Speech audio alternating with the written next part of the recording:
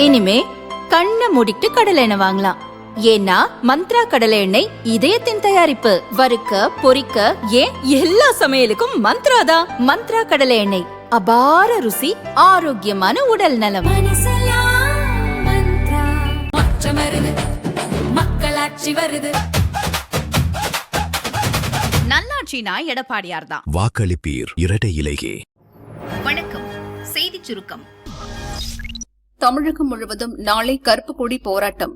முதல்வர் ஸ்டாலின் வெளியிட்டுள்ள அறிக்கையில் கூறியிருப்பதாவது: இந்தியாவின் வளர்ச்சிக்காக பாடுபட்ட குற்றத்திற்காக தமிழ்நாடு உள்ளிட்ட தென் மாநிலங்களுக்கு தண்டனையா? மத்திய பாரதிய ஜனதா அரசு நாளை நாடாளுமன்றத்தில் கொண்டுவரவுள்ள தொகுதி மறுவரையறை சட்ட திருத்தம் தமிழ்நாட்டுக்கும் தென் மாநிலங்களுக்கும் இழைக்கப்படும் மாபெரும் வரலாற்று அநீதி. விந்திய மலைக்கு தெற்கே உள்ள தென்னிந்தியர் ஒவ்வொருவரும் கொதித்து போயிருக்கிறோம். நெருப்போடு பாரதிய ஜனதா விளையாடுகிறது. தொகுதி மறுவரையறைக்கு எதிராக தமிழ்நாடு முழுவதும் வீடுகளிலும் பொது இடங்களிலும் கருப்பு கொடி ஏற்றும் போராட்டம் நாளை நடக்கும். தமிழ்நாட்டின் குரலை மதித்து மத்திய அரசு பின்வாங்கவில்லை என்றால் அதற்கான விளைவுகளை நீங்கள் சந்திக்க வேண்டியிருக்கும். இதற்காக மிகப்பெரிய விலையை நீங்கள் கொடுக்க வேண்டியிருக்கும். திமுக தலைவராக அனைத்திற்கும் மேல் சுயமரியாதை உள்ள தமிழனாக மீண்டும் எச்சரிக்கிறேன் என அறிக்கையில் ஸ்டாலின் கூறியுள்ளார். வணக்கம். தமிழ்நாட்டின் வாசல் வர வந்துட்ட பேராபத்தை பற்றி நேற்று நான் வீடியோவில் சொல்லியிருந்தேன். டீலிமிட்டேஷனுங்கிற பேரில் தனது லிமிட்டை தாண்டி பாஜக அரசு தமிழ்நாடு உள்ளிட்ட தென் மாநிலங்களை வஞ்சிக்குது. வட மாநிலங்களுக்கு அரசியல் வலிமையை மேலும் வாரி வழங்குகிற மாதிரியோ, தென் மாநிலங்கள் அரசியல் வலிமையை இழப்பது மாதிரியோ நடந்தால் தமிழ்நாடு பார்த்துக்கிட்டு சும்மா இருக்காது. ஒவ்வொரு குடும்பமும் தெருவுக்கு வந்து போராடும்னு சொல்லியிருந்தேன். யார் நல்லது சொன்னாலும் கேட்காத ஒன்றிய பாஜக அரசு இதையும் கேட்கல. ஒன்றிய பாஜக அரசுக்கு எதிராக தமிழ்நாட்டில் இருக்க ஒவ்வொரு குடும்பமும் தங்கள் எதிர்ப்பை தெரிவிக்க வேண்டிய நேரம் வந்தாச்சு. நாளைக்கு நாடாளுமன்றத்தில் அவங்க கொண்டு வர போகிற சட்ட திருத்தத்துக்கு எதிர்ப்பை காட்டுற மாதிரி தமிழ்நாட்டில் எல்லாரும் நம்ம வீட்டில் கருப்பு கொடியை ஏற்றுவோம். கருப்பு சட்டத்தை எதிர்த்து நம்ம எதிர்ப்பின் அடையாளமாக கருப்பு கொடியை ஏற்றுவோம். இந்தியாவை இருண்ட காலத்திற்கு அழைச்சிட்டு போற எதேச்சதிகார பாஜக அரசுக்கு எதிராக கருப்பு கொடி ஏற்றுவோம். தொகுதி மறுசீரமைப்பை மத்திய அரசு கைவிட வேண்டும். தொகுதி மறுசீரமைப்பு மத்திய அரசின் பாரபட்சமான நடவடிக்கை என தவிக தலைவர் விஜய் அறிக்கை வெளியிட்டுள்ளார். அதில் அவர் கூறியிருப்பதாவது: மகளிருக்கு 33% இடஒதுக்கீடு வழங்கும் மசோதா நாடாளுமன்றத்தில் விவாதத்திற்கு எடுத்துக் கொள்ளப்பட்டு நிறைவேற்றப்பட இருப்பதை தமிழக வெற்றிக் கழகம் வரவேற்கிறது. இதை தவிர்த்து அரசியலமைப்பு 131வது திருத்த மசோதா 2026 நிறைவேறினால் தென் மாநிலங்களின் பிரதிநிதித்துவத்திற்கும் வட மாநிலங்களின் பிரதிநிதித்துவத்திற்கும் இடையே உள்ள விகிதாசார வேறுபாடு வெகுவாக அதிகரிக்கும். அப்படி நிகழ்ந்தால் மொழி, கலாச்சாரம் மற்றும் மாநில உரிமைகள் சார்ந்த சட்டங்கள் இயற்றுதல் மற்றும் மத்திய அரசின் கொள்கைகள் வகுத்தல் உள்ளிட்டவற்றில் தென் மாநிலங்களின் பிரதிநிதித்துவம் குறைந்து வடமாநிலங்களின் பிரதிநிதித்துவம் அதிகரிக்கும். எனவே தமிழ்நாட்டிற்கு பாதிப்புகளை ஏற்படுத்தக்கூடிய அரசியலமைப்பு மசோதாவை நிறைவேற்றும் முயற்சியை மத்திய அரசு கைவிட வேண்டும் என விஜய் அறிக்கையில் வலியுறுத்தியுள்ளார். பீகார் முதல்வராக சாம்ராட் பதவியேற்பு. பீகாரில் ஐக்கிய ஜனதா தளம் பாரதிய ஜனதா கூட்டணி ஆட்சி நடக்கிறது. முதல்வராக பதவி வகித்து வந்த நிதிஷ்குமார் ராஜ்யசபா உறுப்பினராக பதவியேற்றார். இதனால் பாரதிய ஜனதாவைச் சேர்ந்த சாம்ராட் சௌத்ரி பீகார் புதிய முதல்வராக தேர்வு செய்யப்பட்டார். இன்று சாம்ராட் சௌத்ரி பீகார் முதல்வராக பொறுப்பேற்றுக் கொண்டார். பீகார் மாநிலத்தின் முதல் பாரதிய ஜனதா முதல்வர் என்ற பெருமையை இவர் பெறுகிறார். நிதிஷ்குமார் முதல்வராக இருந்தபோது துணை முதல்வராக சாம்ராட் சௌத்ரி இருந்தார். சாம்ராட் சௌத்ரி முதலில் லாலுவின் ராஷ்டிரிய ஜனதா தளம் கட்சியில் முக்கிய தலைவராக அங்கம் வகித்தார். பிறகு பாரதிய ஜனதாவில் இணைந்து முதல்வராகியுள்ளார். உதயநிதியை விமர்சித்து பேசிய மாற்றுத்திறனாளி மீது தாக்குதல், திமுகவினர் அடாவடி. சென்னை திருவல்லிக்கேணி மாட்டான்குப்பம் தெருவைச் சேர்ந்தவர் ஸ்ரீதர், வயது 41, மாற்றுத்திறனாளி. இவர் இந்து முன்னணி அமைப்பின் திருவல்லிக்கேணி மத்திய மாவட்ட செயலாளராக உள்ளார். இவர் சமீபத்தில் யூடியூப் சேனல் ஒன்றுக்கு பேட்டியளித்தார். சேப்பாக்கம் திருவல்லிக்கேணி தொகுதியில் உள்ள குறைகள் குறித்தும் துணை முதல்வர் உதயநிதி தனது தொகுதியில் எந்தவித முன்னேற்ற பணிகளையும் செய்யவில்லை என கூறி பேட்டியளித்துள்ளார். இந்த வீடியோ சமூக வலைதளங்களில் வைரலான நிலையில் நேற்று இரவு திமுக 116வது வட்ட செயலாளர் சசிகுமார், கட்சி நிர்வாகிகள் ஜிந்தா, சக்திவேல் உள்ளிட்டோர் ஸ்ரீதரை சந்தித்து உதயநிதியை பற்றி எப்படி குறை கூறலாம் என தகராறு செய்தனர். ஸ்ரீதரை மாற்றுத்திறனாளி என்று கூட பார்க்காமல் அவர் மீது கொடூர தாக்குதல் நடத்தினர். இதில் பலத்த காயமடைந்த ஸ்ரீதர் ராயப்பேட்டை அரசு மருத்துவமனையில் சிகிச்சைக்காக அனுமதிக்கப்பட்டார். ஸ்ரீதர் அளித்த புகாரின் பேரில் ஐசோஸ் போலீசார் விசாரணை நடத்தி வருகின்றனர். உதயநிதி மற்றும் திமுக அரசை விமர்சித்து பேட்டியளித்த மாற்றுத்திறனாளி மீது தாக்குதல் நடந்த சம்பவம் அப்பகுதியில் பெரும் அதிர்ச்சி மற்றும் பரபரப்பை ஏற்படுத்தியுள்ளது.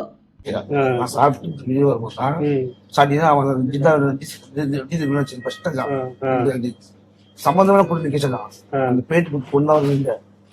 அப்போ 2000 சசிகலன் வந்து என்னை கூப்பிட்டு நீயே தேவையில்லாத பேட்டில் கொடுக்குறாரு, உனக்கு எவ்வளோ மரியாதை சொன்னேன். நான் தப்பாக நான் சொன்னேன், நான் சொன்னேன், அங்கே என்ன கற்றுன்னு தான் சொன்னேன். அப்புறம் நான் அட்டு போட்டு சொல்லிட்டு ஒரு மரியாதை சொன்னேன். திருப்பி இன்னும் ஜிந்தா வச்சான். இந்த அம்மா இன்னும் 2-3 பேர் வந்துட்டு நான் அப்போ வச்சிருந்தா அந்த வண்டியில் வச்சுட்டு அப்படியே விட்டேன். கம்ப்ளைண்ட் கொடுக்குறேன் சார். போலீஸ்லாம் வருவாங்க. ஆட்டம் காட்டும் தங்கம் 2 நாளில் 2080 ரூபாய் உயர்வு. மேற்காசியாவில் நடக்கும் போர் உள்ளிட்ட சர்வதேச நிலவரங்களால் இந்தியாவில் கடந்த சில தினங்களாக தங்கம் விலையில் ஏற்ற இறக்கம் காணப்படுகிறது. தமிழகத்தில் நேற்று முன்தினம் ஆபரண தங்கம் ஒரு சவரன் 1,12,480 ரூபாய்க்கு விற்பனையானது. நேற்று தங்கம் விலை சவரனுக்கு 1,280 ரூபாய் அதிகரித்து 1,13,760 ரூபாய்க்கு விற்கப்பட்டது. இன்று ஆபரண தங்கத்தின் விலை சவரனுக்கு 800 ரூபாய் உயர்ந்து 1,14,560க்கு விற்கப்படுகிறது. கிராமுக்கு 100 ரூபாய் உயர்ந்து 14,320க்கு விற்கப்படுகிறது. கடந்த 2 நாட்களில் மட்டும் தங்கம் விலை சவரனுக்கு 2,080 ரூபாய் அதிகரித்துள்ளது.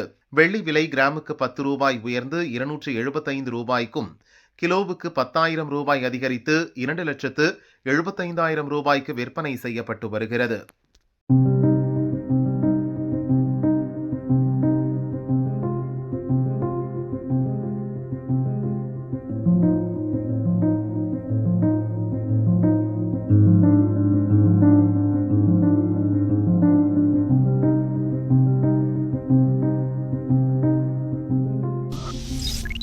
ஒரே பைக்கில் 3 மாணவர்கள் ஆம்னி பஸ் மோதி பரிதாபம். விருதுநகர் மாவட்டம் சாத்தூர் அருகே தேசிய நெடுஞ்சாலையில் கோவில்பட்டி நோக்கி 3 பள்ளி மாணவர்கள் நேற்றிரவு ஒரே இருசக்கர வாகனத்தில் சென்றுள்ளனர். மூவரும் சாலை விதிகளை மீறி எதிர் திசையில் பயணித்துள்ளனர். அப்போது கன்னியாகுமரியிலிருந்து மதுரை நோக்கி அதிவேகமாக வந்த ஆம்னி பஸ் மாணவர்களின் இருசக்கர வாகனம் மீது நேருக்கு நேர் மோதியது. பஸ் மோதியதில் 3 மாணவர்களும் தூக்கி வீசப்பட்டு ரத்த வெள்ளத்தில் சம்பவ இடத்திலேயே உயிரிழந்தனர். தகவல் அறிந்து வந்த சாத்தூர் தாலுகா போலீசார் உயிரிழந்த மாணவர்களின் உடல்களை பிரேத பரிசோதனைக்காக சாத்தூர் அரசு மருத்துவமனைக்கு அனுப்பி வைத்தனர். விசாரணையில் உயிரிழந்த மாணவர்கள் சிவகாசியைச் சேர்ந்த கோகுல், பிரசன்னா, யுவராஜ் என்பது தெரியவந்தது. இவர்கள் மூவரும் 12ஆம் வகுப்பு படித்து வந்தனர். மூவருக்குமே 17 வயதாகிறது. மாணவர்கள் மூவரும் டீ குடிப்பதற்காக ஒரே வாகனத்தில் சாலையின் எதிர் திசையில் சென்றதே இந்த விபத்திற்கு காரணம் என போலீசார் தெரிவித்தனர். சாத்தூர் தாலுகா போலீசார் ஆம்னி பஸ் ஓட்டுநர் ஆம்ஸ்ட்ராங்கை கைது செய்து விசாரித்து வருகின்றனர். அதிமுக கோட்டையில் ஸ்டாலின் வாக்கிங் சென்று ஓட்டு சேகரிப்பு. போட்டி போட்டு செல்ஃபி எடுத்த மக்கள். முதல்வர் ஸ்டாலின் தீவிர தேர்தல் பிரச்சாரத்தில் ஈடுபட்டுள்ளார். இன்று மாலை தருமபுரி அருகே உள்ள தடங்கம் பகுதியில் நடக்கும் பிரச்சார கூட்டத்தில் திமுக மற்றும் கூட்டணி கட்சிகளின் வேட்பாளர்களை அறிமுகப்படுத்தி வைத்து ஸ்டாலின் பேசுகிறார். அதற்காக தருமபுரிக்கு நேற்றிரவு வந்து தங்கிய முதல்வர் ஸ்டாலின் இன்று பாலக்கோடு தொகுதி திமுக வேட்பாளர் செந்தில்குமாரை ஆதரித்து பிரச்சாரம் செய்தார். காலை எழுந்ததும் பாலக்கோடு கோட்டை தெருவில் ஸ்டாலின் நடைபயிற்சி மேற்கொண்டார். அப்போது நடந்து சென்ற மக்களிடம் அவர் ஓட்டு சேகரித்தார். அருகில் உள்ள தெருவில் நடந்து சென்று வீடு வீடாகவும் சென்று அரசின் திட்டங்களை எடுத்துச் சொல்லி ஓட்டு கேட்டார். அப்போது மக்கள் அவருடன் மகிழ்ச்சியுடன் கைகுலுக்கி செல்ஃபி எடுத்துக் கொண்டனர். Thank you.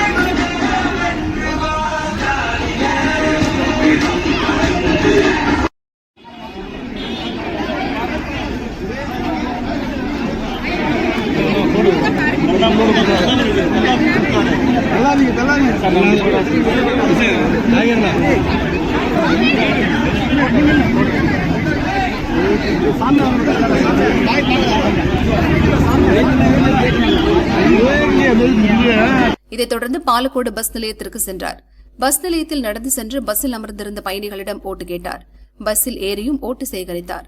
அதன் பிறகு தக்காளி மார்க்கெட்டில் வியாபாரிகள், விவசாயிகளை சந்தித்து ஓட்டு கேட்டார். அதிமுக கோட்டையாக கருதப்படும் தருமபுரியில் திமுகவை வெற்றி பெற வைக்கும் நோக்குடன் நடைபயிற்சிக்கு சென்று முதல்வர் ஸ்டாலின் ஓட்டு கேட்டது மக்கள் மத்தியில் வரவேற்பை பெற்றுள்ளது.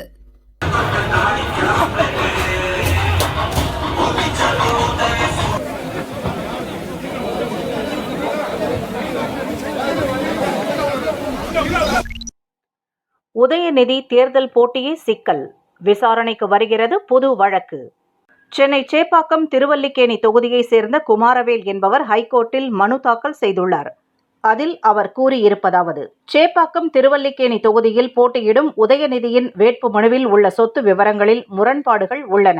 2021ஆம் ஆண்டில் தாக்கல் செய்த வேட்பு மனுவில் ரெட் ஜெயண்ட் மூவிஸ் நிறுவனத்தில் 7.36 கோடி ரூபாய் முதலீடு செய்திருந்ததாக குறிப்பிட்டிருந்தார். இந்த தேர்தலில் அது தொடர்பான எந்த தகவலையும் அவர் தெரிவிக்கவில்லை. அவரது மனைவி ரெட் ஜெயண்ட் மூவிஸ் நிறுவனத்தில் 2.63 கோடி ரூபாய் முதலீடு செய்துள்ளதாக குறிப்பிட்டுள்ளார். இந்த பரிவர்த்தனை குறித்து முறையான விளக்கங்கள் எதுவும் வேட்புமனுவில் இல்லை. 2021ஆம் ஆண்டு 11.6 கோடி ரூபாய் ஸ்னோ ஹவுசிங் நிறுவனத்திற்கு கடன் கொடுத்துள்ளதாக குறிப்பிட்டிருந்தார்.